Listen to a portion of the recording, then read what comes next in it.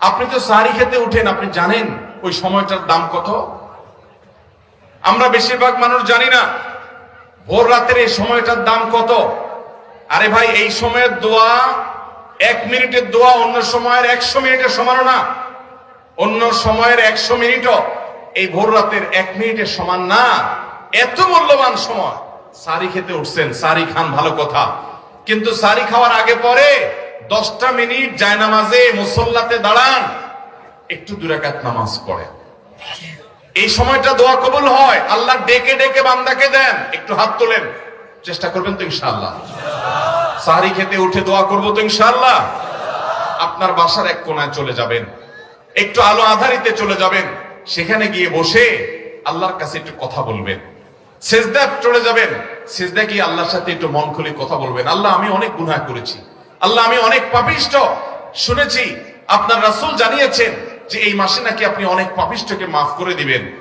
আল্লাহ, আপনি নাকি অনেক জাহান্নামে যাদের নাম চলে গেছে জাহান্নামী তালিকাভুক্ত, তাদেরকে মুক্ত করে জান্নাত দিয়ে দিবেন, আপনি নাকি ওয়াদা করেছেন। আল্লাহ, আমাকে একটু তাদের মধ্যে শামিল করে দেন। আল্লাহ, আপনি দিলে আপনার কোনো অভাব হবে না।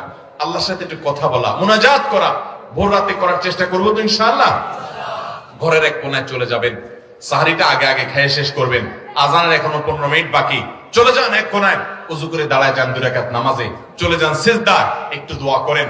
নিরিবিলি জায়গা যদি বাসায় না থাকে, ছাদে চলে যান, মসজিদে আগে চলে যান, এক কোণায় চলে যান। এই সময়ের 10টা মিনিট অন্য সময়ের ঘন্টাকে ঘন্টার চাইতে মূল্যবান। চেষ্টা করবো তো ইনশাআল্লাহ? ভাইরা আমার, সিয়াম আমাদেরকে হারাম ছাড়ার প্রশিক্ষণ দেয়। সিয়াম আমাদেরকে বলে তোমার যা মনে চায় তা করতে পারবা না। অনেক অবৈধ কাজ করার সুযোগ আসে, তোমার মনেও চায়, কিন্তু করা যাবে না।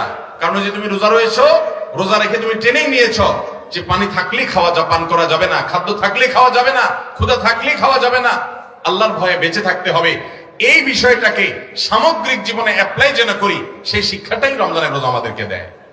আল্লাহ আমাদেরকে সেই শিক্ষা গ্রহণ করার তৌফিক দান করুন। ভাইরা আমার, রোজাকে যদি আপনি এক কথায় বুঝতে চান, এক কথায় যদি বলি রোজা কি, তাহলে আপনি বলতে পারেন রোজা বলা হয় সবরের নাম। রোজা কিসের নাম ভাই? সবরের নাম। ওই যে ক্ষুধা আছে, খাবারও আছে, তৃষ্ণা আছে, পানিও আছে, তারপরও খাচ্ছেন না, এর নাম সবর। এর নাম কি? ধৈর্য ধারণ করা, নিজেকে নিয়ন্ত্রণ করতে শিখা। আমাদের যুবকদেরকে উচ্ছৃঙ্খল হওয়ার জন্য হাজারটা আয়োজন ভোগবাদী এই সমাজে আছে। ইসলাম শুধু বলে ভোগ নয়, ত্যাগ করতে শিখো, কন্ট্রোল করতে শিখো, নিয়ন্ত্রণ করতে শিখো নিজেকে। যেখানে সেখানে ডাইরেক্ট হয়ে যাওয়া নয়, নিজেকে আটকে রাখা, নিয়ন্ত্রণ করা, সবর করা। সবর মানে শুধু বিপদে ধৈর্য ধারণ করার নামই সবর নয়। সবর মানে নিজেকে যে কোনো কাজে আবদ্ধ করে ফেলা, এটা হলো সবর।